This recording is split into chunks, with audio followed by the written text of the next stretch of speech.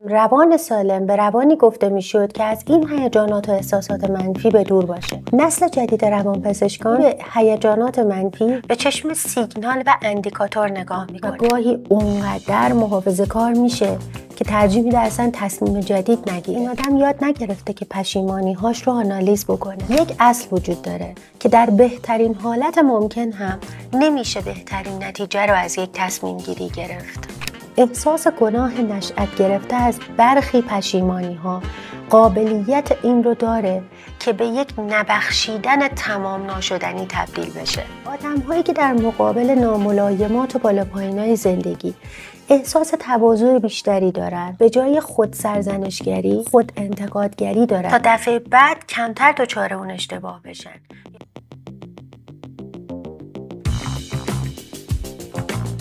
شما به عنوان مخاطب این برنامه توی هر سنی که هستین، در هر مقام و منصب اجتماعی و مرتبه مالی، هر جنسیتی که دارید، قطعاً در طول زندگیتون حس پشیمانی و حسرت رو تجربه کردید. تا همین 40 سال پیش اصول روان درمانگری بر این پایه استوار بود که احساسات منفی مثل اضطراب، خشم، ترس، حسرت و پشیمانی و هیجانات منفی باید هرچه سریعتر توی آدما مهار می شدن. روان سالم به روانی گفته می شد که از این هیجانات و احساسات منفی به دور باشه. روان درمانگر هم باید به هر روشی که میتونست کاری میکرد هرچه سریعتر مراجع کننده خودش رو از این حالت خارج کنه. اما رویکردهای جدید درمانی بر این باورند که این احساسات و هیجانات منفی میتونن حاوی اطلاعاتی برای بیمار باشن. با استخراج کامل این اطلاعات و کمک کردن به فرد مراجعه کننده میشه کاری کرد که اون این اطلاعات رو راهنمای تفکر خودش بکنه و بتونه تو مسیرهای جدیدی که پاشو میذاره کمتر این احساسات رو تجربه بکنه. احساسات و هیجانات منفی برای آدم‌ها شبیه چراغچک ماشین عمل می‌کنن. فرض کنین که شما دارین رانندگی می‌کنین، چراغچک ماشینتون روشن میشه. چی کار می‌کنین؟ آیا با همون چراغ روشن به حرکت ادامه میدین؟ میگین مهم نیست، اشکال نداره؟ یا میرین به مکانیک متخصص مراجعه می‌کنین، اون بهتون میگه که بیا الان چراغ رو غیر فعال می‌کنم، تو برو به راهت ادامه بده. قطعاً این کارو نمی‌کنین. شما اگه خودتون از ماشین سر در بیارید، اگه بتونید مسئله رو خودتون حل کنید، حل میکنید. وگرنه به متخصص مکانیک مراجعه میکنید، اون شروع میکنه بررسی کردن اطلاعاتی که این چراغ چک داره براش به ارمغان میاره. ببینه مشکل از کجای ماشینه. از شما زمان میخره، مشکل رو حل میکنه و بعد ماشین سالم تحویل شما میده که شما دفعه بعد که رانندگی میکنید دوباره با اون چراغ چک روشن مواجه نشید. نسل جدید روانپزشکان درست مثل اون مکانیک عمل میکنن. یعنی به هیجانات منفی و احساسات منفی به چشم سیگنال و اندیکاتور نگاه میکنن. برای بررسی مشکل رفتاری بیمار میرن سراغ آنالیز کردن دقیق تکنک این سیگنال ها و دقت میکنن که هر کدوم از این سیگنال ها براشون حاوی چه اطلاعاتی هستن تا بگردن یه راهی پیدا بکنن برای بهبود تفکر فرد، برای اینکه کیفیت زندگیش بهتر بشه با کمتر تجربه کردن این احساسات منفی، نه سرکوب کردن احساساتش. یکی از گسترده ترین تحقیقاتی که انجام شده در زمینه مقوله حسرت و پشیمانی تعلق داره به آقای دنیل اچبینگ. ایشون به همکارانشون از طیف وسیعی از آدما در سرتاسر دنیا خواستن که بیان در رابطه با حسرت‌ها و پشیمانی‌هاشون روایت‌هاشون رو ارسال بکنن به این گروه تحقیقاتی. بعد از بررسی دقیق روایت‌های افراد، پشیمانی‌های انسان‌ها رو به 4 دسته خیلی مهم طبقه بندی کردن. دسته اول یا گروه اول پشیمانی‌های بنیادین و زیرساختی هستند. گروه دوم پشیمانی‌های ناشی از عدم ریسک پذیری. دسته سوم پشیمانی‌های اخلاقی و گروه آخر پشیمانی‌های عشقی و عاطفی هستند. گروه اول یعنی پشیمانی‌های بنیادین و زیرساختی رو توی این اپیزود بررسی می‌کنیم و گروه‌های بعدی رو توی اپیزودهای بعدی. ازتون خواهش میکنم که اگه محتوای کانال براتون جذاب هست، کانال رو سابسکرایب کنید، زنگوله کنارش هم بزنید که از انتشار ویدیوهای جدید مطلع بشید. پشیمانی‌های بنیادین و زیرساختی بیشتر در روایت افراد میان سال به بالا دیده میشد. این افراد بیان میکردند که از این موضوع رنج میبرند که چرا الان توی این سن و سال یک ثبات اقتصادی اجتماعی ندارن؟ چرا وضعیت جسمانی و یا روانیشون از یک ثبات نسبی بهره مند نیست؟ بعضی از اینها حسرت و پشیمونی داشتن نسبت به اینکه چرا در سنین پایین‌تر برای این سنینشون سرمایه گذاری نکرده بودن، چرا بیشتر ورزش نکرده بودن، چرا رژیم غذاییشون رو رعایت نکرده بودن، خلاصه اینکه چرا طوری زندگی نکرده بودن که الان اون احساس ثبات و پایداری توی زندگیشون رو تجربه نکنن و به جای اون همش حس حسرت داشته باشن. بخشی از این حسرت‌ها میتونست به خاطر کوتاهی کردن فرد توی سنین پایین‌ترش بوده باشه و الان داره حسرت اون کوتاهی کردناشو میخوره. اما بخش دیگه ایش میتونست به خاطر مسائل فرهنگی تربیتی باشه یا حتی ایدئالیست بودن بیش از اندازه کاراکتر اون آدم باشه. بذارید این بحث فرهنگی تربیتی رو با یه مثال باز بکنیم. شما جوونی رو در نظر بگیرین که توی سن کنکوره، سال آخرشه، به اندازه کافی فشار و اضطراب داره، خیلی نسبت به انتخاب رشته‌ای که میخواد بکنه خودش اطمینان خاطر نداره. با حرفایی که از طرف اطرافیانش توی مدرسه، توی خونه، توی کلاس کنکوری که حالا میره مواجه میشه، اینه که تو امسال سال سرنوشت سازی داری، حواستو جمع بکن، انتخابت خیلی انتخاب سرنوشت سازی میتونه باشه، تمام آینده تو رو قراره تحت تاثیر قرار بده، انقدر باید حواستو جمع بکنی یه وقت نری یه رشته رو انتخاب بکنی که بعداً احساس حسرت و پشیمونی بکنی. حالا فرض بفرمایید که این جوون الان وارد دانشگاه شده، داره تو همون رشته‌ای که انتخاب کرده تحصیل میکنه، قبول شده، اما رشته‌شو دوست نداره. یه خورده گذشته متوجه شده که این رشته براش آینده نداره یا توش موفق نیست. به هر دلیل احساس پشیمونی میکنه. اون جملات که توی دوره کنکور هی تکرار شده بود توی گوش این جوان، الان این رو در وجودش نهادینه کرده که اگه تو یه مسیر اشتباه بری قراره یک حسی رو تجربه کنی به نام حس پشیمانی و این حسی بسیار مزخرف و غیر قابل تحمله. حالا تازه فاجعه زمانی اتفاق میفته که این جوان تصمیم میگیره که مسیرش رو تغییر بده. حالا که متوجه اشتباهش شده نمیخواد تو این حسرت و پشیمونی تا آخر عمرش بمونه. میخواد مسیرش رو تغییر بده، رشته‌ش رو عوض کنه. گاهی ممکنه که اونقدر مورد سرکوب و سرزنش اطرافیانش قرار بگیره که بره توی فاز نفرت از خودش. جوری که این نفرت و حسرت گاهی میتونه تا آخرین لحظات زندگی با این آدم باقی بمونه. حتی این آدم توی تصمیم‌های بعدیش هم ممکنه همیشه یک خشم و ترسی همراهش باشه و گاهی اونقدر محافظه‌کار میشه که ترجیح میده اصلا تصمیم جدید نگیره، مسیر جدیدی رو دیگه انتخاب نکنه. این آدم یاد نگرفته که پشیمانی‌هاش رو آنالیز بکنه، ببینه براش حاوی چه اطلاعاتی هستن.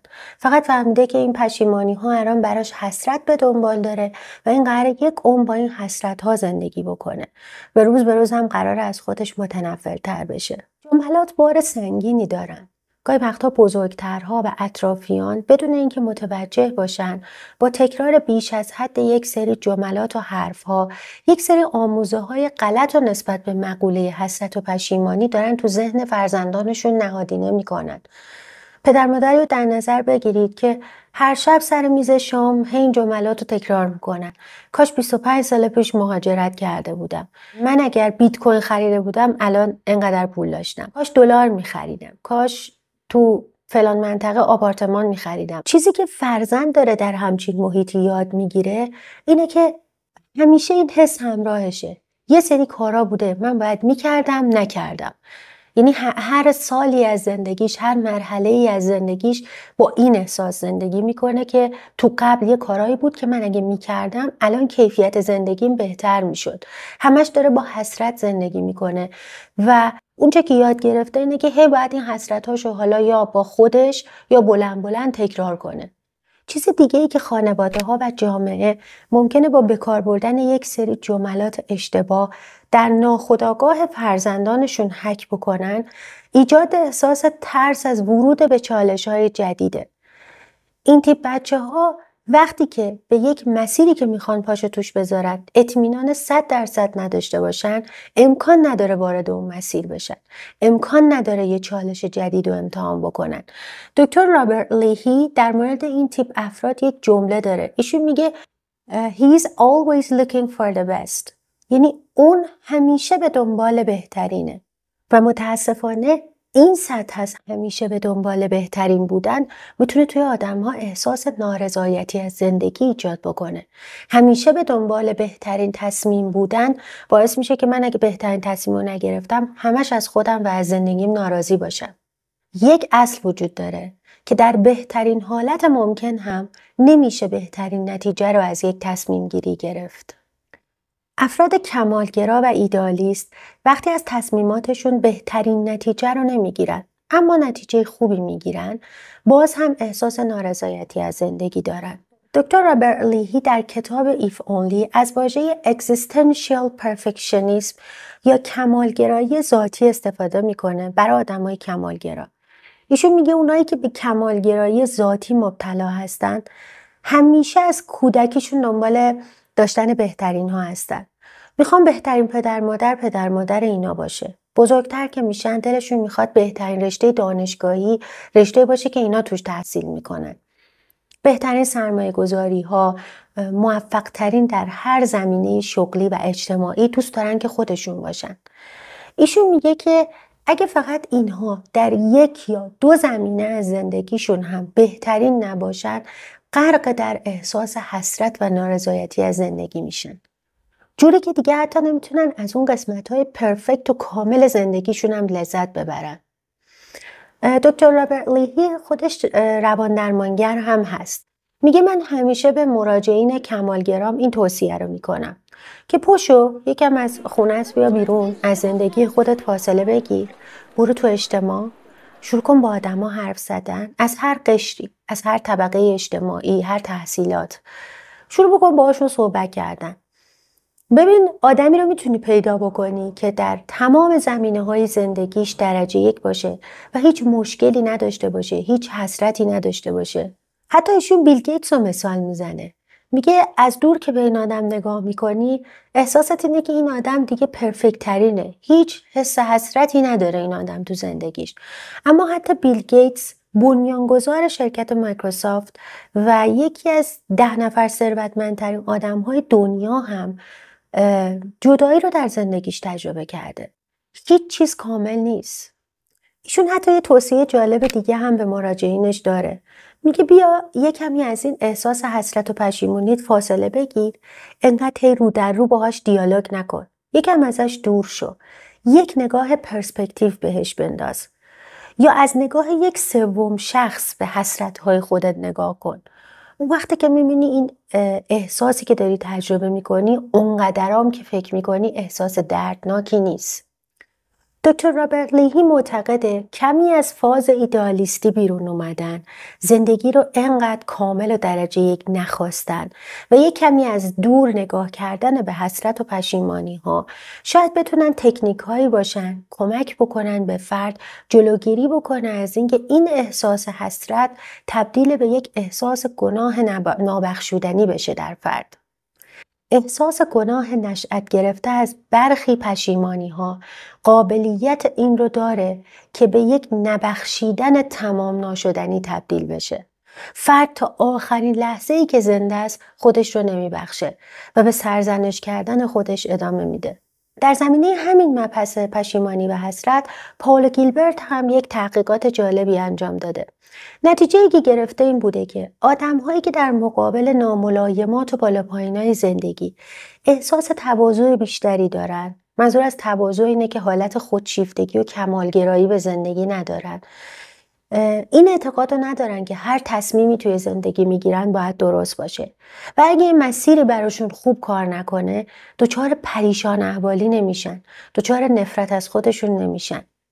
ایشون اعتقاد داره این تیپ آدم‌ها معمولاً ارتباط‌های سازنده‌تر و سالمتری حتی با دیگر افراد جامعه میتونن بسازن.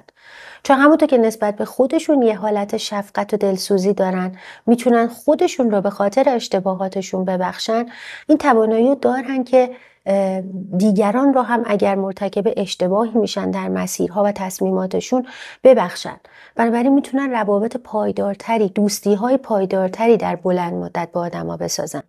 این افراد اونقدر توانایی خودشون رو بالا بردن که وقتی نتیجه انتخاب‌ها و پروژه هاشون اون چیزی نمیشه که انتظارشو داشتن، اول خودشون رو میبخشن. یعنی قدرت بخشیدن خودشون رو دارن و داستانشون این شکلیه که در مرحله بعد از بخشیدن خودشون شروع میکنن به آنالیز کردن دقیق اطلاعاتی که اون اشتباه براشون به ارمغان آورده. اون اطلاعات رو در واقع توشه راه خودشون میکنن، تفکرشون رو با اون رشد میدن و تلاش میکنن به ورژن بهتری از خودشون تبدیل بشن. تو مسیر جدید که پاشون رو میذارن احتمال اشتباه کردنشون رو پایین بیارن. این آدما به جای خود سرزنشگری، خود انتقادگری دارن تا دفعه بعد کمتر دچار اون اشتباه بشن، یا اگه یه مسیر جدیدی میرن حداقل اون اشتباه مشابه رو تکرار نکنن. خودآگاهی در این آدما اونقدر بالا رفته که میدونن تو چالش‌های جدید، تو مسیرهای جدیدی هم که قرار پاشون رو بذارن، باز ممکنه اشتباه کنن، دچار حس حسرت بشن، دچار حس پشیمانی بشن. اما ترس از تجربه کردن یک همچین احساسی براشون مثل یک مانع بازدارنده سد راهشون نمیشه. تو اپیزود بعدی میپردازیم به پشیمانی‌های ناشی از عدم ریسک پذیری.